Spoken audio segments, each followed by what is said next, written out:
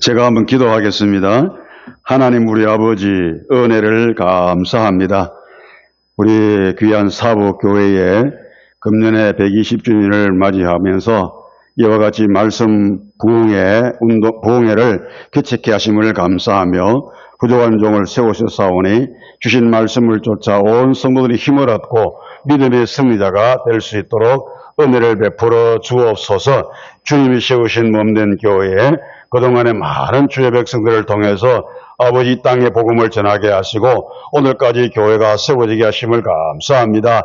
눈물과 땀을 흘려 교회를 섬겨왔던 우리 원로 장로님, 또 은혜 장로님, 권사님, 집사님 모든 성도들 뿐만 아니라 주의 교회를 맡겨서 또 목회하시는 목사님 모두가 한 마음으로 협동하고 또 헌신하고 충성하여 여기까지 왔사오니 하느님께서 그 모든 수고와 땀과 눈물을 기억하시고 하늘의 큰 상급으로 채워지게 하시며 이 땅을 살아갈 때에도 주의 은혜로 복을 주사 그 복을 마음껏 누리며 살아가게 하시고 자녀 후손들이 잘 되는 역사가 일어날 수 있도록 큰 은혜와 복을 내려 주시옵소서. 하나님 우리 아버지 오늘도 이 예배를 위해서 헌신하는 주의 종들을 축복하시고 이번 또 말씀 부흥회를 위해서 또 헌신한 모든 주의 백성들을 축복해 주옵소서. 또한 강사를 위해서 식사 대접하거나 또 아버지 예배 순서를 통해서 또 담당하는 모든 우리 직분자들에게 한량없는 은혜와 복을 따시고 그 모든 수고도 우리 하나님이 기억하시고 상급으로 갚아주시기를 간절히 빌고 원하옵나이다. 하나님 우리 아버지 오늘도 귀한 집사님 하나님 앞에 간절히 사모하며 기도했사오니 그 모든 기도가 그대로 이루어지게 하시고 하루 땅에 떨어짐이 없이 우리 하나님 바다가 상달되어서 응답받는 축복의 역사가 일어나게 도와주시옵소서. 부족한 종이 시간도 말씀을 전합니다. 입을 열어 말씀을 전할 때 주의 말씀이 전해되게 하시고 이 말씀이 심령에 떨어질 때마다 놀라운 역사가 일어나게 하시고 심령이 변화되고 삶이 변화되고 하나님 앞에 헌신 충성함으로 말미암아 우리 하나님 약속하신 은혜와 복을 마음껏 누리는 어마어마한 역사가 일어날 수 있도록 인도하시고 이번 집회 이후에 우리 교회가 새로워지게 하시고 온 성도들이 또 하나가 되어서 함께 주를 섬기는 아름다운 놀라운 부흥의 역사가 일어나게 인도하여 주시옵소서. 할렐루야. 감사드리며 존귀하신 예수님 귀하신 이름으로 기도드리옵나이다. 아멘. 우리 옆에 계신 분들하고 한번 인사합시다. 주님의 이름으로. 자, 그냥 입술로만 하지 말고 우리 앞에 뒤에 옆에 계신 분들 쫙 보시면서 살짝 웃으시면서 주님의 이름으로 사랑하고 축복합니다.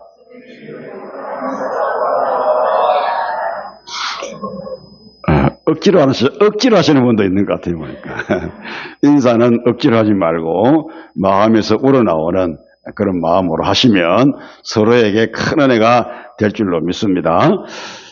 목사님 말씀하신 대로 이제 3주차가 되다 보니까 우리 교우들하고 뭐 이렇게 만나서 얘기하고 교제하고 그렇지는 않았지만 그래도 제가 3주차 교회에 올라오니까 제 마음속에 이렇게 친근감이 이렇게 생겨나서 처음보다도 아주 부드럽고 또 마음이 편안한 그런 마음으로 말씀을 전할 수가 있겠습니다.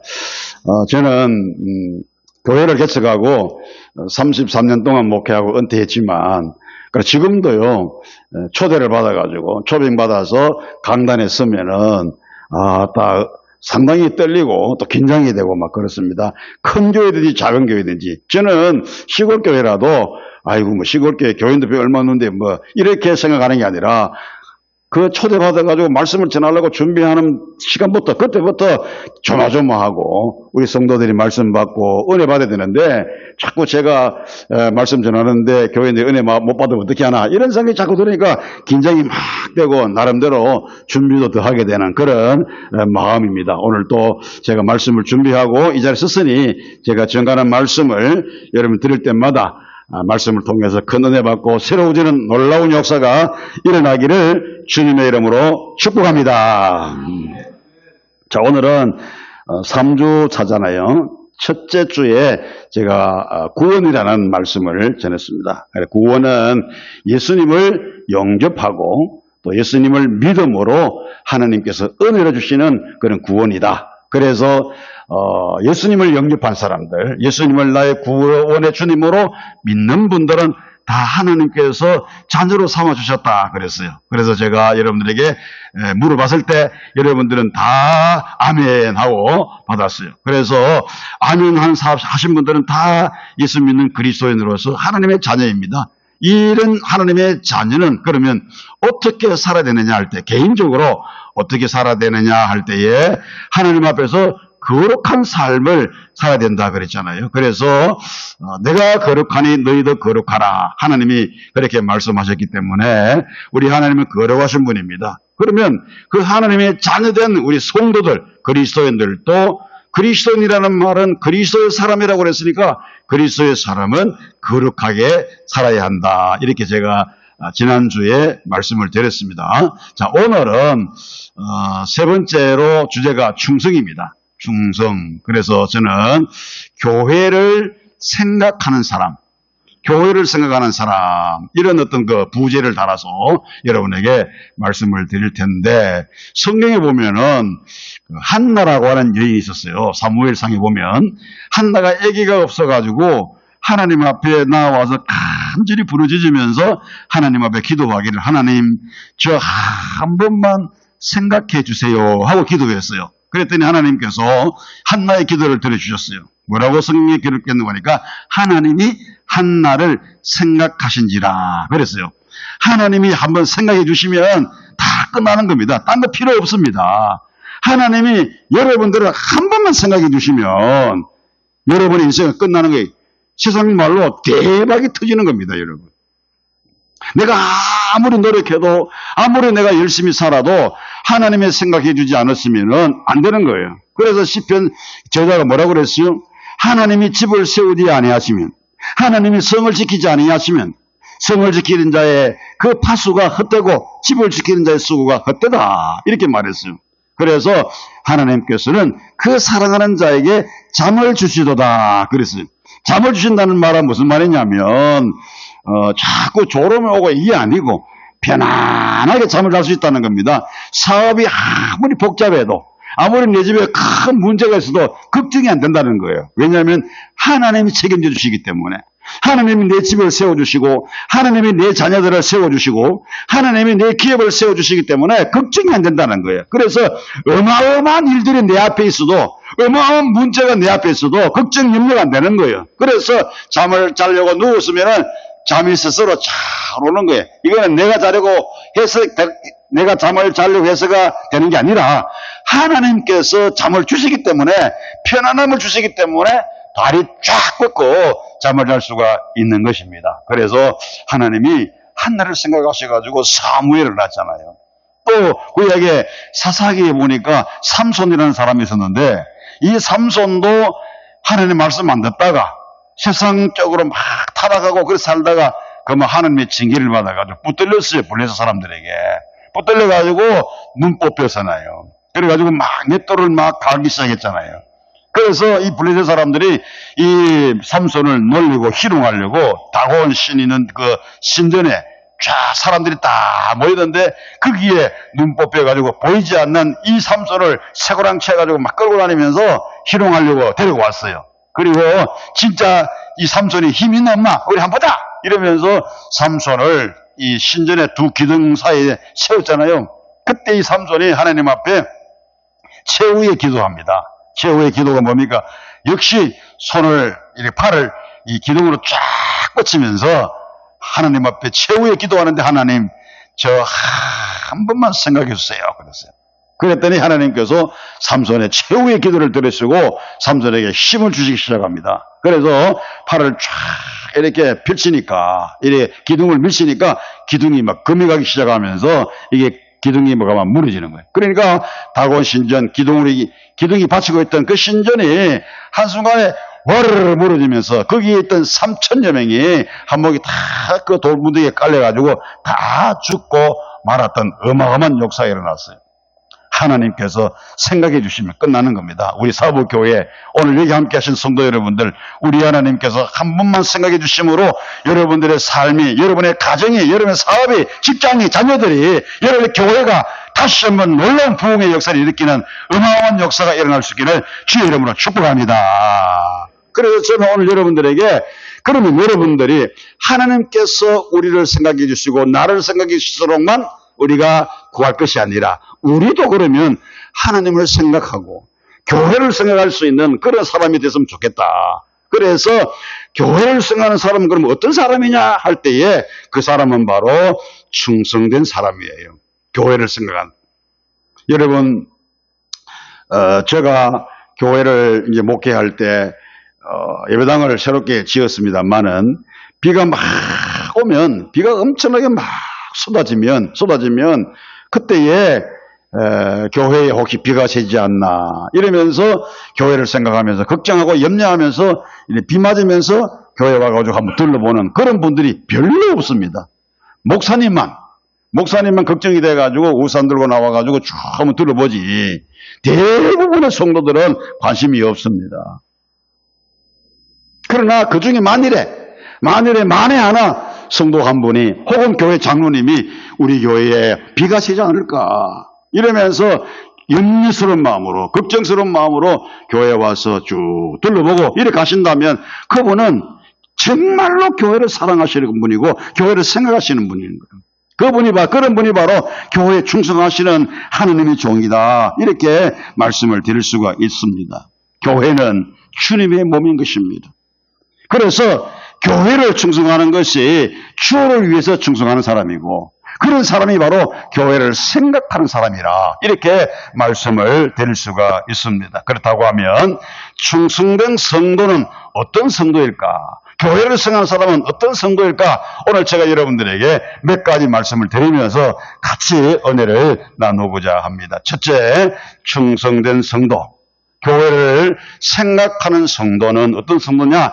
잘 섬기는 사람이다. 이렇게 제가 여러분에게 말씀을 드립니다. 자, 마가복음 10장 43절 한번 읽어볼까요? 시작. 너희 중에 누구든지 크고자 하는 자는 너희를 섬기는 자가 되고, 할렐루야. 여기 보면 누구든지 크고자 하는 자는 너희를 섬기는 자가 되고, 너희 중에 어떤이 되고자 하는 사람은 바로 모든 사람의 종이 되어야 한다. 이렇게 말씀을 하고 있습니다. 이것이 바로 뭐냐면 하나님 나라의 가치요, 또 성경의 원리요, 그리고 우리 그리스도인들의 삶의 모습이다. 이렇게 말씀을 드릴 수가 있습니다. 하나님의 나라의 가치는 뭐냐면 크고자 하면은 내가 크고자 할 때에 그러면 어떻게 되느냐? 섬기는 자가 되어야 된다.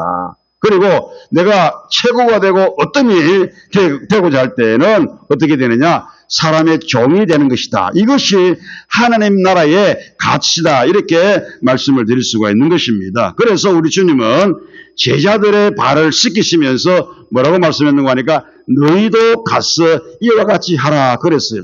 6월절에 우리 주님께서 최후의 만찬을 제자들과 함께 하십니다. 그때 주님께서 대야에 물을 가져오시고 수건을 허리에 두르시고 제자들의 발을 한 사람씩 씻어 드리려고 합니다. 그때 베드로가 깜짝 놀라가지고 뭐라고 그랬습니까? 어떻게 선생님이 우리 발을 씻겨주십니까? 우리가 선생님 발을 씻겨드려야 되는데 이러면서 안 된다고 그러니까 주님께서 내가 너희들의 발을 씻기지 않으면 너희들은 나와 아무런 상관이 없다 그랬어요.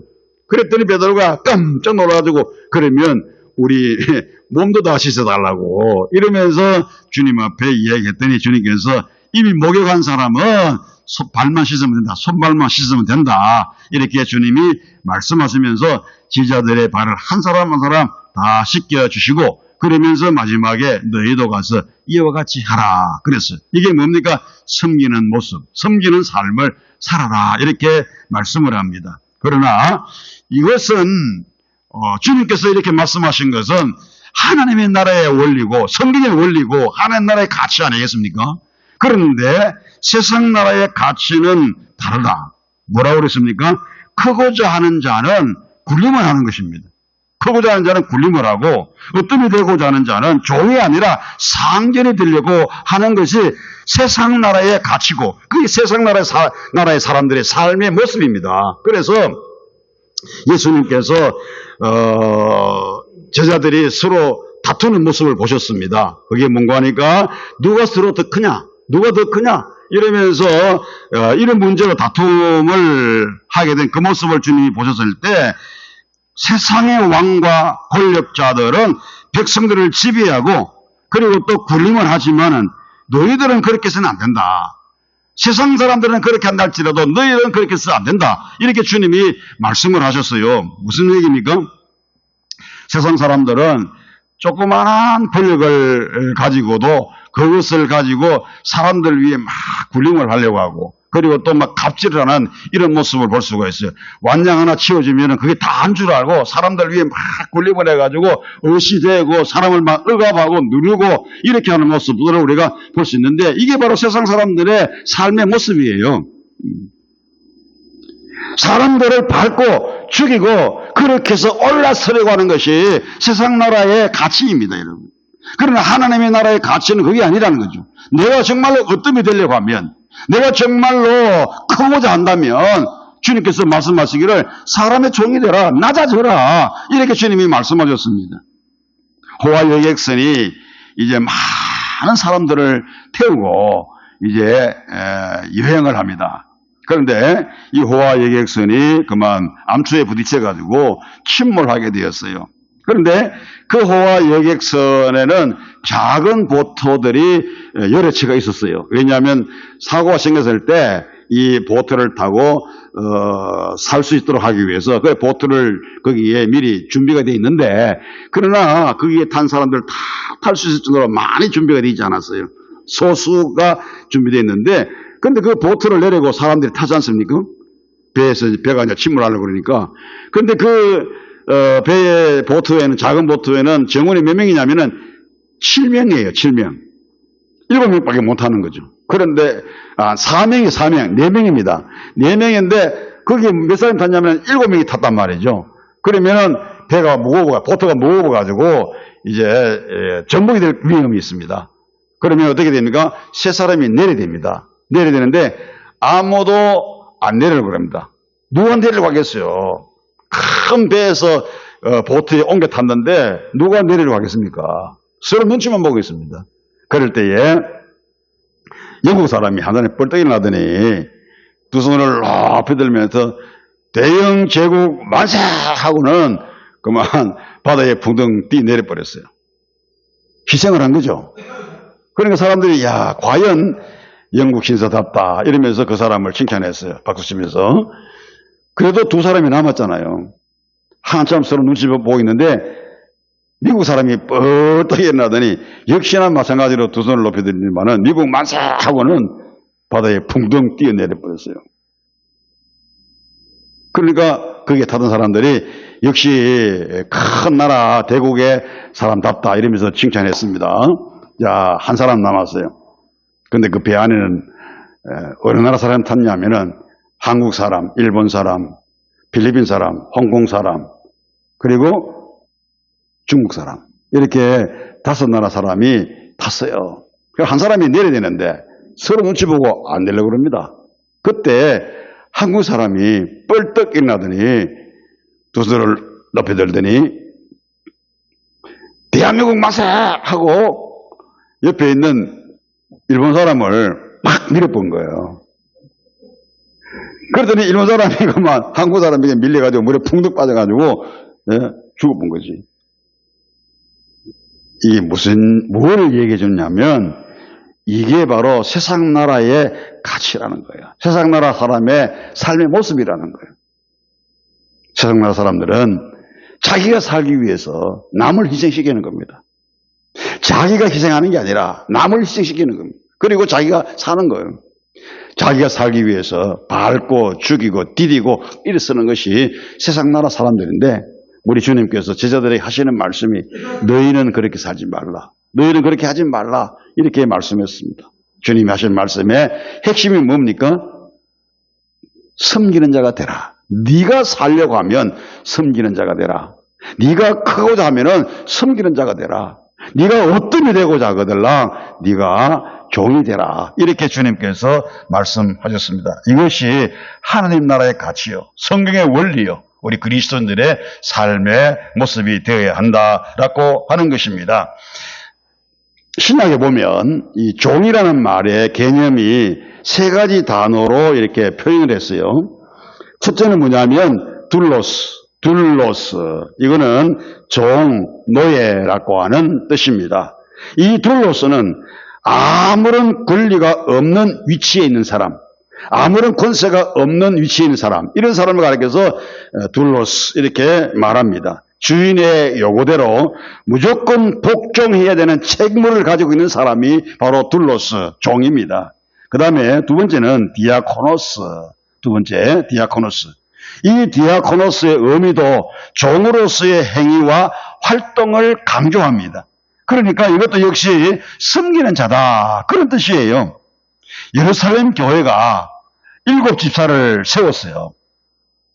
왜냐하면 사도들이 열심히 복음을 전하고 열심히 기도하고 그 다음에 또 가난한 사람들을 구제하고 이렇게 한목에 다 하다가 보니까 어떤 문제가 생겼는가 하니까 이 가난한 사람들이 공평하게, 억울한 사람이 없게 이렇게 나누지를 못했습니다. 어떤 사람은 많이 받고 어떤 사람은 적게 받고 공평하지 못한 일이 벌어졌어요. 그래서 원망하고 불평하고 이런 일이 막 생겼습니다. 그래서 사도들이 생각한 끝에 말씀을 전하고 기도하는 것은 우리가 하고 그 다음에 어렵고 가난한 사람들을 나누어 주는 이런 일들은 집사를 세워서 하게 하자. 그래가지고 세운 사람들이 7 집사를 세웠지 않습니까? 여기서 바로 집사를 지칭할 때에 바로 디아코노스 이런 말을 쓰는 거예요. 디아코노스 바로 집사, 그런 의미입니다. 그러니까 서빙하는 사람, 섬기는 사람, 서비스를 해주는 사람, 그런 사람입니다. 그래서 오늘날 교회의 집사가 바로 여기서 생겨났다, 이렇게 말씀을 드릴 수가 있어요. 디아코노스, 집사. 그 다음에 세 번째 히페테레스라는 말이 있어요. 히페레테스. 이 히페레테스도 종의 신분을 강조하는 단어인데, 이거는 배 아래에서 노를 젓는 사람, 이런 사람을 히페레테스라 이렇게 말합니다. 여러분 그 영화에 보면 베느라고 하는 영화나 옛날에 로마 시대 영화, 이런 영화를 보면 이 노예선이 있어요. 그러니까 군함 있잖아요. 이런 군함이 있는데 요즘은 다 이래 전기로 하고 기름으로 하고 그러지만 그 당시에는 그런 게 안 되니까 사람의 힘으로 다 노를 지었거든요. 그러니까 배 제일 밑바닥에 보면은 이 노를 젓는 노예들이 있습니다. 죄를 지은 사람들 다 붙들어가지고 그 배 밑창에다가 이렇게 양쪽으로 쫙 이렇게 앉게 하고, 이 죄수들이 도망을 못 가도록 발목에다가 전부 쇠고랑을 차고 손으로는 이제 노를 지을 수 있도록 이렇게 해가지고 제 앞에 이제 주의하는 사람이 딱 앉아가지고 북을 치면서 땅땅 치면은 이 양쪽에 줄을 쫙 앉아있는 이 노젓는 죄수들이 거기에 장단에 맞춰가지고 노를 짓거든요. 그러면 배가 막 움직입니다. 이렇게 해서 배가 움직이도록 그렇게 항해를 했는데, 여기서 노를 젓는 이 죄수들 있잖아요. 이 사람들이 바로 히페레테스. 그러니까 노예라는 말입니다. 노예는 자유가 없어요. 시키는 안 하면은 죽을 수밖에 없는 그런 자들입니다. 그래서 고린도전서 4장 1절에 보면 사람이 마땅히 우리를 그리스도의 일꾼이요 하나님의 비밀을 맡은 자를 여길지어다, 그랬지 않습니까? 여기서 일꾼이 바로 뭐냐면 히페레테스, 이 단어를 쓰는 겁니다. 일꾼. 둘로스, 디아코노스, 히페레테스, 이 단어는 모두가 세상의 통치자들에게는 결코 적용이 될 수가 없는 말입니다. 세상 통치자는 사람들 위에 군림하려는 주인이지만, 이 세상 통치자들은 사람들 위에 군림하려고 하는 그런 주인이지만은, 성경에서 말하는 섬기는 자는 사람들과 같이 함께하는 종입니다. 세상 통치자는 세도를 부리면서 명령하지만은, 성경에서 말하는 섬기는 자는 행동으로 보여주는 종입니다. 세상 통치자는 힘과 법규로 통치하지만은 성경에서 말하는 섬기는 자는 인간의 내면적 자발성을 얻도록 마음을 감동시키는 것입니다. 미국의 16대 대통령 링컨이 대통령 선거에 출마했을 때 어떤 일이 있었냐면 그의 정치적 적 가운데에 링컨을 몹시 비난하는 한 사람이 있었어요.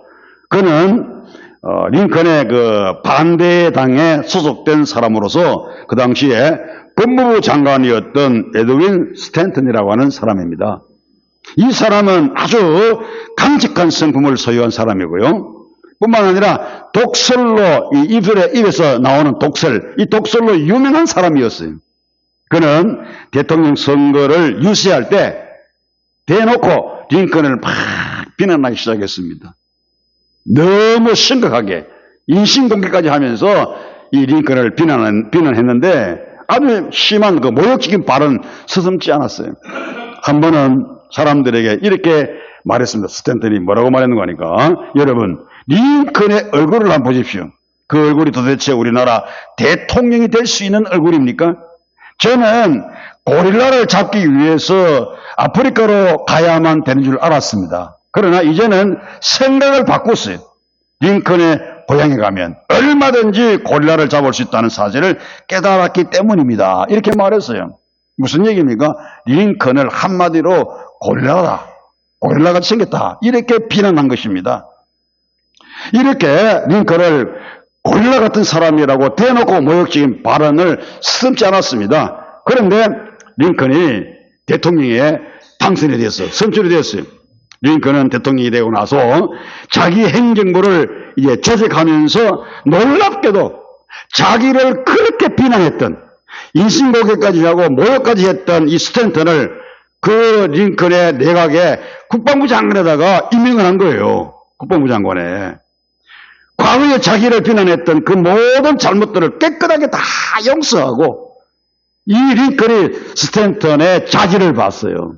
자기를 비난한 것은 개인적인 것이다 라고 생각하고 그거는 아랑곳하지 않고 다 멀리하고 용서하고 뭘 봤냐면은 그 스탠턴의 그 능력을 본 것입니다. 자질을 본 것입니다. 그래서 이 스탠턴을 자기 행정부의 국방부 장관으로 임명을 했습니다.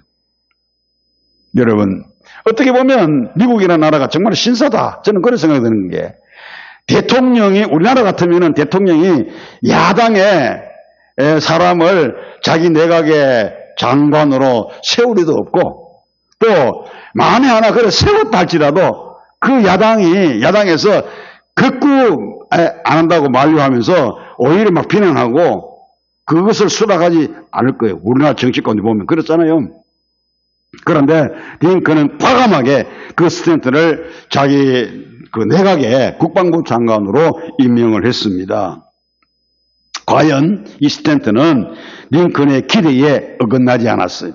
링컨을 잘 도와가지고 대통령 선거 때는 막 비난했지만 이제는 대통령이 당선되고 내각이 구성됐을 때 이 스탠턴은 링컨을 잘 도와가지고 훌륭한 업적을 남겼습니다.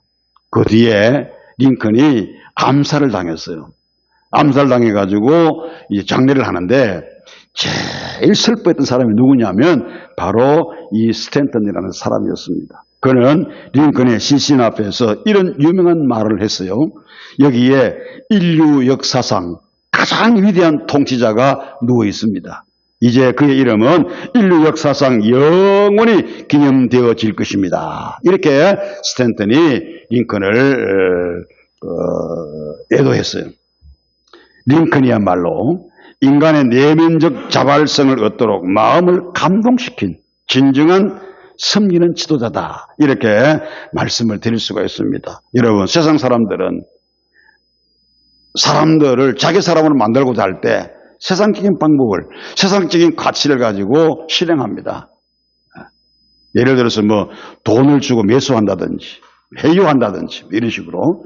그러나, 진정으로 섬기는 자, 하나님을 생각하고 교회를 생각하는 사람은 그렇게 하지 않습니다. 군림하지 않습니다. 억압하지 않습니다. 어떻게 합니까? 바로 사람의 마음을 얻도록 감동시키는, 그러니까 내면적 그 자발성을 얻을 수 있도록 그 사람의 자기가 원하는 사람의 마음을 감동시키는 그런 모습으로 그들을 이제 자기 사람을 만드는 거예요. 얼마나 이 위대한 지도자인지 말로 다 할 수가 없습니다. 오늘 함께 하신 우리 성도 여러분, 우리 사복교회 성도 여러분들은 정말로 충성된 하나님의 교회를 생각하는 그런 믿음의 사람이 되기를 바랍니다.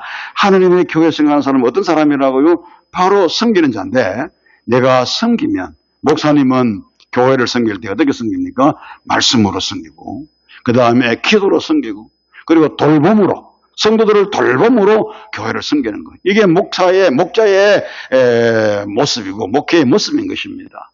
그리고 장로님들은 목사님과 협력해서 하나님의 교회를 섬기는 것입니다. 교회를 잘 다스리는 그런 역할을 장로님들이 감당하는 것이고, 또 안수 집사님들은 그리고 또 집사님들은, 그 권사님들은 재직들이잖아요. 이런 분들은 바로 구제하고, 또 가난한 자 돌보고, 아픈 자 돌아보고, 이러면서 교회를 섬기는 거고, 교사들은 아이들을 가르치는 거로 섬기는 것이죠. 이렇게 해서 자기가 맡은 분야에 따라가지고 교회를 섬기는 자가 될 때 하나님의 교회를 생각하게 되고 하나님의 교회가 부흥되는 그 마음한 역사가 일어날 수가 있는 것입니다. 은혜가 되시기를 축복합니다. 두 번째, 교회를 생각하는 충성된 성도는 책임을 질 줄 아는 사람이에요. 책임질 줄 아는 사람. 성경에 보면 청직이라는 말이 나옵니다. 여기 청직이라는 단어는 헬라어로 오이코노모스라는 말에서 유래가 되었습니다. 이 오이코노모스는 어떤 사람을 가리키느냐 할 때 집안일을 관리하는 사람, 집의 그 모든 것들을 관리하는 이런 사람을 가리켜서 오이코노모스 이런 단어를 썼어요. 신약 시대의 부자들은 종들을 관리하고 집안일을 돌보기 위해서 관리인을 고용했는데 그들을 가리켜서 청직이라고 얘기합니다. 그들의 신분은 하인이었지만 주인의 특별한 신임을 받고 그리고 경우에 따라서는 주인의 다음가는 책임 있는 위치를 부여받습니다. 그런 자를 가리켜서 청직이라고 얘기합니다. 여러분 성경에 보면 요셉이 있지 않습니까? 바로 이 야곱의 아들 요셉이 애굽에 팔려갔어요. 팔려갔을 때 어디 갔습니까? 보디발의 집에 갔거든요. 보디발의 집에 갔는데 그가 종으로 팔렸지 않습니까? 그래서 종으로서 그 보디발의 집에서 열심히 하니까 그 보디발이 이 요셉을 자기 집의 모든 일들을 다 맡겨버렸어요. 뭐라고 맡겼습니까? 내 아내, 보디발의 아내만 네가 관리하지 말고 다른 거는 다 네가 알아서 해라. 이러면서 총 책임자로 맡겨주었거든요. 이게 뭡니까? 청직입니다. 그런데 이 보디발의 아내의 누명을 덮어쓰고 그만 옥에 갇혔어요. 옥에 갇혀가지고 또 죄수로서 옥살이 할 때도 그는 거기에 그 위치에서 또 최선을 다해서 했더니 나중에 그 옥사장이 이 요셉을 가만히 보니까 정말 성실한 사람이거든. 그래서 그 옥사장이 이 요셉에게 옥을 관리하는 책임을 또 맡겨주었어요. 그러다가 나중에 이제 꿈을 해석해주고 풀려나가지고 바로 앞에 갔잖아, 애굽에.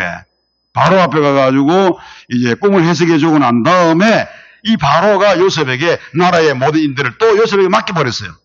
자기 다음에 그 권력자가 누구냐? 바로 요셉입니다. 총리가 됐잖아요. 그러니까 이 요셉이 총리가 돼가지고 그 나라를 다 관장해서 다스리고 지도하고 관리하는 그런 책임자가 되었습니다. 그래서 세상 사람들이 그 앞에 와가지고 머리를 숙이고 양식 사가고 그랬잖아요. 이게 바로 뭡니까? 청직입니다. 청직이요. 그런데 청지기의 가장 중요한 특성은 뭐냐면 자기에게 맡긴 임무에 대해서 책임을 진다는 겁니다. 청지기가 해야 될 가장 중요한 임무가 뭐냐면 책임지는 거. 책임지는 것이 바로 충성입니다. 아브라함의 청지기가 누가 있어요? 엘리에셀이 있었어요. 엘리에셀. 아브라함의 집에 모든 소유를 맡아가지고 책임있게 관리하는 그 엘리에셀. 자기 주인 아브라함의 아들 이삭을 위해서 며느리를 택하는 문제까지 맡아가지고 하란에 가서 며느리를 데려오는 이런 그 책임을 완수하는 그런 모습을 우리가 볼 수가 있습니다. 모세는 하나님의 집에 하나님의 집에 충실한 청직이었습니다. 예수님은 스스로 청지기의 삶을 사시면서 청지기로서의 충성과 헌신을 또한 가르치셨습니다. 성도 여러분, 교회 안에 책임을 회피하는 분들이 있습니다. 좋은 일에는 앞장서서 자기를 드러내는가 하면 안 좋은 일에는 소리 없이 그냥 소리 없이 빠지는 사람들이 있는데 이런 사람은 청지기라 할 수가 없습니다. 목사, 장로, 집사, 권사, 교사, 구역장 모두가 책임지는 직분입니다. 여러분, 맡겨주신 일에 대해서 책임을 다하는 그런 청지기가 되시기를 주의 이름으로 축복합니다. 그 다음 세 번째, 충성된 성도, 교회를 사랑하는 충성된 성도는 사랑합니다. 사랑. 우리는 신앙생활하면서 기본적인 신앙에 충실해야 합니다. 한번 따라합시다. 기본적인 신앙에 충실해야 한다. 여러분, 건물의 기초가 튼튼해야 건물을 지탱할 수가 있어요. 만일에 기초가 약하면 건물을 세울 수가 없습니다. 설계가 완벽하지 않으면 역시 건물을 세울 수가 없습니다. 옛날에 여러분 기억나십니까? 삼풍백화점이 무너졌습니다. 그리고 성수대교가 무너졌어요. 어르신들은 기억나실는지 모르겠습니다만 60년대에 서울에 와우 아파트가 있어요. 그때 이 아파트 문화가 처음 도입이 될 때 서울에 박정희 대통령 시절에 60년대입니다. 60년대 후반인데 서울에 아파트 대단지를 건설했어요. 그게 와우 아파트인데 이게 무너져 버렸습니다. 여러분 생각해 보세요. 아파트가 무너지고 백화점이 무너지고 그 다음에 대교가 무너졌어요. 왜 그렇습니까? 그것을 받치는 이 기초 이게 튼튼하지 못하기 때문에 무너지고 말았어요. 그거 무너지면 어떻습니까? 사람도 죽고 또 그 사람에게 있어서 재산상의 어마어마한 손해가 말로도 할 수가 없습니다. 학생은 공부에 있어서 기초가 든든하지 않으면 따라갈 수가 없습니다. 여러분 사회, 도덕 이런 것들은 암기하면은 되지만은 그러나 영어나 수학이나 이런 것들은 기초가 든든해야만이 계속해서 공부할 수가 있어요. 만일에 영어, 수학 기초가 안 되면 따라갈 수 없습니다, 여러분. 못 따라가면은 흥미를 잃어버리면 공부가 안 되는 것입니다. 사람은 인격의 기본 바탕이 수련되지 않으면은 문제가 심각해집니다. 뿐만 아니라 교회의 중직자들도 인격의 기본 바탕이 되지 않으면 교회에 엄청난 문제가 일어나기 시작합니다. 마찬가지로 교회가 교회다워지기 위해서는 기본적 신앙에 충실해야 합니다. 여러분, 교회의 교회가 교회다워지기 위해서 가져야 될 기본적인 신앙은 뭘까요? 그것은 곧 하나님을 사랑하는 것입니다. 그리고 성도를 사랑하는 것입니다. 요한복음 21장 15절 17절에 보면 예수님께서 부활하신 다음에 고기를 잡으러 갔던 베드로에게 나타나셔서 이렇게 질문합니다. 요한의 아들 시몬아, 네가 나를 사랑하느냐? 그랬어요. 그랬더니 베드로가 대답하기를 내가 주를 사랑합니다. 그랬어요.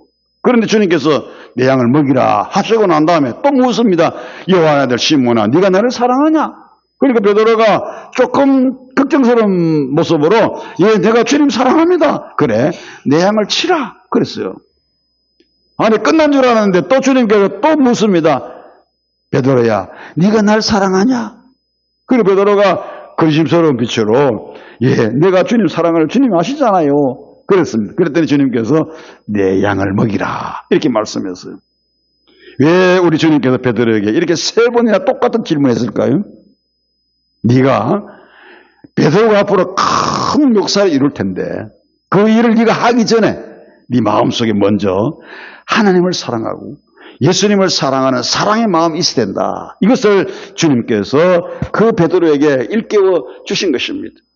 오늘 이 시간에 함께 하신 성도 여러분, 주님을 사랑하는 마음이 없어도요, 교회를 사랑하는 마음이 없어도 얼마든지 교회에 와서 일할 수가 있어요. 주에 일할 수가 있어요. 그런데 그런 사람을 가리켜서 우리가 뭐라고 부르냐면 사꾼이라고 얘기할 수가 있어요. 사꾼은 어떤 사람입니까? 책임감이 없습니다. 사꾼은 삭스를 받고 일하는 사람을 사꾼이라고 이야기합니다. 대가를 받고 일하는 사람을 가리켜서 사꾼이라고 이야기합니다. 그래서 이런 사람은 삭스를 주면 일하고 삭을 안 주면 일 안 하는 것입니다. 여러분 그렇잖아요. 내가 직장에 갔을 때, 일하러 갔을 때, 아르바이트 갔을 때 거기서 일하는 그 집에서 나한테 삭스를 줘야 내가 일하지. 삭 안 주면 누가 일하겠습니까? 그러니까 삭스를 받고 일하는 사람이에요. 그 직장이지. 그런데 교회 안에서는 사건이 되면 안 된다는 것입니다. 삭스를 주면 주에 일하고 안 주면 안 하고 이게 뭡니까? 직장이 어떻게 되든지 일터가 어떻게 되든지 상관 안 합니다. 이런 사람은 그냥 파업합니다.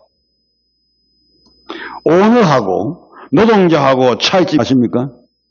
오너는 회사를 걱정하면서 밤새도록 혼자라서도 일합니다. 여러분. 월급날이 되어보세요. 자기 회사에서 일하는 직원들에게 월급 주려고 머리를 싸매고 어떻게든 간에 맞춰가지고 월급 주려고 애를 씁니다. 그러나 노동자는 임금을 안 주면 일 안 합니다. 파업하잖아요. 임금 더 달라고 그러고. 회사는 생각 안 하고. 삭스를 주는 만큼 일을 하고 퇴근 시간 되면 정시에 출퇴근하고 정시에 칼퇴근하고. 이런 사람은 진정한 사명자가 아닙니다. 내가 정말로 내가 다니는 회사를 사랑하고 회사를 위한다고 하면 회사가 어려움을 당할 때 사장님과 더불어서 정말로 그 어려움에 함께 동참하고 그래서 지금 내가 회사가 어려워가지고 월급을 못 받아도 언젠가나 줄 수 있을 거라고 기대하면서 그 회사를 살려야 되겠다 먼저 이런 마음을 가지고 일하는 사람이 진짜 애사를 가지고 일하는 사람이라고 할 수 있잖아요. 사명자예요. 그 사람이. 여러분들은 주님의 일을 하고자 하기 전에 먼저 내게 주님을 사랑하는 마음이 있는가? 하나님을 사랑하는 마음이 있는가? 여러분 자신을 살피고 확인해야 됩니다. 주님 사랑하는 마음이 없이 일을 하면 어떤 일이 벌어질까요? 어떤 일이 일어날까요? 인본주의가 나오고 이기주의가 나올 수밖에 없습니다. 희생이 없고 대신에 어떤 일이 벌어집니까? 상처를 주고 원망과 불평과 불만에 가득해지는 것입니다. 그것은 결코 충성이라고 할 수가 없는 것입니다. 그러나 주님을 사랑하는 마음이 충만하면은 모든 것을 주님의 마음으로 생각하고 말하고 행동합니다. 내가 어떤 말을 하고자 할 때 정말로 이게 옳은 말일까? 정말 이걸 교회를 위하는 말일까? 한번 생각해보고 말을 하는 것이고 행동하는 것입니다. 남을 나보다 낫게 여기고 희생하고 불쌍히 여기면서 긍휼히 여기는 것입니다. 다른 사람을 위해서 기도하게 되는 것입니다. 주님을 사랑하는 마음이 있으면 말씀을 가까이 하고 기도하게 되는 것입니다. 주님 원하시는 일이 무엇인가를 잘 분별해서 주의 뜻이라고 하면 그대로 순종하는 것입니다. 교회가 필요하다고 하면 아낌없이 드리는 것입니다. 물질도 드리고 마음도 드리고 그리고 또 몸도 드리고 그렇게 헌신하는 것입니다. 이것이 성도의 기본적인 신앙이요. 그리고 충성된 모습인 것입니다. 무엇보다도 하나님을 사랑하는 마음이 교회를 사랑하는 마음이 여러분의 마음 밑바닥에 충만하시기를 주님의 이름으로 축복합니다. 마지막으로 한 가지 더 말씀드립니다. 충성된 성도는요. 교회를 생각하는 사람은 협력을 잘하는 것입니다. 충성된 성도는 혼자 일하지 않고 함께 일하는 것입니다. 다른 사람과 함께 일하는 팀 리더십을 잘 이루는 것입니다. 교회 안에는 정말 이런 사람이 필요합니다. 우리 교회도 제가 섬기는 교회도 보니까 그 주방에서 이제 권사님들이 이제 조를 짜가지고 봉사하고 섬기잖아요. 그런데 어떤 분은 조가 딱 이렇게 형성되면 한 사람도 빠짐없이 모두가 다 함께 팀워크를 이루어가지고 이제 주방에 음식을 만들기도 하고 준비도 하고 그렇게 합니다. 그런데 어떤 권사님은 자기 조에서 자기 혼자 하려고 그래요. 자기 혼자. 그래서 다른 사람 오지 마라. 내가 다 할게. 이러는 거예요. 그러니까 나머지 팀원들이 같이 해야 되는데 권사님 혼자 다 한다고 그러니까 하라고 맡겨주면서도 또 섭섭한 거예요. 왜 자기 혼자 다 하려고 그러지? 같이 하면 좋을 텐데 협력하면 좋을 텐데 그런데 그분의 성격이 자기 혼자 해야 된대. 그러면은 문제가 생기는 겁니다. 교회도 부흥 안 되고, 일도 잘 안 되고, 나중에 문제가 생기면 그 권사 혼자 책임 다 덮어써야 되는 거예요. 부족한 지도자는, 모자람이 많은 지도자는 팀워크를 이루지 못하고 다 쫓아내는 것입니다. 우리 노회 산하에 개척교회가 하나 있었어요. 근데 교인들이, 목사님이 이제 교인 한 20명 정도 이렇게 모이는 그런 개척교회였는데, 다른 교회에서 어떤 장로님, 그러니까 다른 교단에서 어떤 장로님이 교인들하고 이렇게 그 교회에 왔어요. 와가 이제 등록을 했는데, 가만히 보니까 목사님 목회하고 그분들이 교회에서 일하는 거하고 이게 안 맞는 거예요. 그래가지고 목사님이 다 나가라. 이래 본 거예요. 그래가지고 그분들이 나갈 때 그냥 나간 게 아니고 좀 있다 보니까 친한 사람이 생긴 거 아닙니까? 쉽게 말해서 콩콩을 묻혀가지고 다 나가본 거예요. 그러니까 교회가 그 사람들 오기 전보다 훨씬 더 쪼그라들 본 거예요. 그러니까 그 교회는 늘 깨치고요. 10년 지나고 20년 지나고 늘 깨치고요. 교회가 성장을 안 하는 것입니다. 물론 뭐 양적 성장이 다다 그렇게 말할 수는 없지만 그래도 질적 성장을 이루기 위해서는 양적 성장이 있어야 되거든요. 그러니까 이 목사님은 협력을 못하는 거예요. 협력을. 좀 부족함이 있어도 모자람이 있어도 기도하고 또 그분들도 일할 수 있도록 또 이렇게 공간도 내드리고 이렇게 해가지고 함께 협력할 수 있도록 이렇게 한다고 하면 교회가 부흥될 텐데 저는 그렇게 하지 않았어요. 왜 그러냐면 교회라고 하는, 첫 시간에 제가 얘기했잖아요. 교회라고 하는 것은 다 흠이 있고 모자람이 있는 사람들이 모이는 곳이다. 그래서 그분들이 주의 말씀으로 치유받고 말씀으로 고침받고 그래서 교회가 세워지는 거다. 그런 생각을 갖고 있기 때문에 나가라 소리 어떻게 합니까 여러분? 하나님이 만일에 그 사람 보냈다고 하면 어떻게 내가 나가라고 말할 수 있습니까? 그렇게 말할 수가 없어요. 그래서 모자라면 모자란 대로 부족한 대로 딱 이렇게 그 사람이 맞는 그 위치에 세워주고 일할 수 있도록 만들어주고 그 협력해서 나갈 때 교회가 세워지는 겁니다. 제가 개척했을 때 2년 반 만에 2년 5개월 만에 장로님 2분 세웠어요. 개척하고 2년 반 만에. 그러니까 노예에서 목사님들이 나보고 하는 말이 목사님 아니 개척한 지 2년 반 박았는데 무슨 장로 벌써 세우냐고. 근데 이제 그분들은 이미 다른 교회에서 다 신앙교를 하던 분들이고 다 신앙 경력이 있는 분들이기 때문에 우리에게 왔으니까 그분들을 이제 인정하고 제가 세웠거든요. 그래도 너무 일찍 세운다고 그렇게 이야기하더라고요. 제 생각에 저도 그런 생각이 있지만 그 사람들 말에 동의하지 않았어요. 왜냐하면 저는 목사가 똑바로 목회하고 바르게 목회하면 누가 뭐라 할 수 있겠냐. 내가 바로 서면 뭐라 할 수 없다. 얼마든지 우리는 하나로 나갈 수 있다. 이런 생각이기 때문에 그분들을 세웠거든요. 그래서 그분들 세워가지고 다 은퇴시키고 그 다음에 원로장도 다 만들어드리고 그래서 교회가 오늘까지 이렇게 된 것입니다. 왜 사람들을 쫓아내느냐. 혼자 하는 것이 편하다고 생각해요. 이런 지도자는 절대로 성공할 수가 없습니다. 교회에 부흥도 안 되고 항상 그 모양으로 남을 수밖에 없습니다. 그러므로 교회는 성도들끼리 잘 협력해야 됩니다. 팀워크를 이뤄야 되고 또 당회가 화합하고 각 기관의 임원들과 회원들이 화합하고 협력하고 성령께서 하나 되게 하신 것을 힘써 지키는 이런 모습으로 나갈 때 그 교회는 정말로 새로워지고 또 부흥되고 하나님의 역사가 일어나게 되어지는 것입니다. 이것이 바로 교회를 생각하는 사람이요 충성된 성도의 모습이다. 말씀드리지 않을 수가 없습니다. 성도 여러분, 말씀을 정리합니다. 충성된 성도는 한마디로 교회를 생각하는 성도입니다.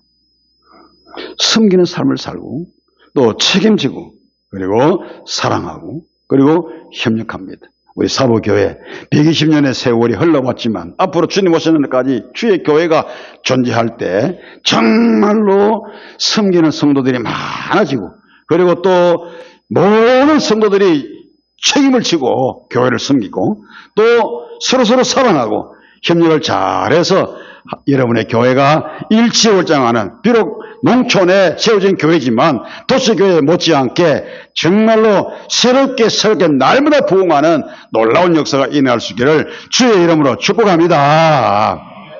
120년 맞았지만 앞으로 130년, 140년, 150년 계속해서 연륜이 사역할 때에 여러분의 교회가 일치월장하는 이런 놀라운 역사가 일어날 수 있기를 다시 한번 축복합니다.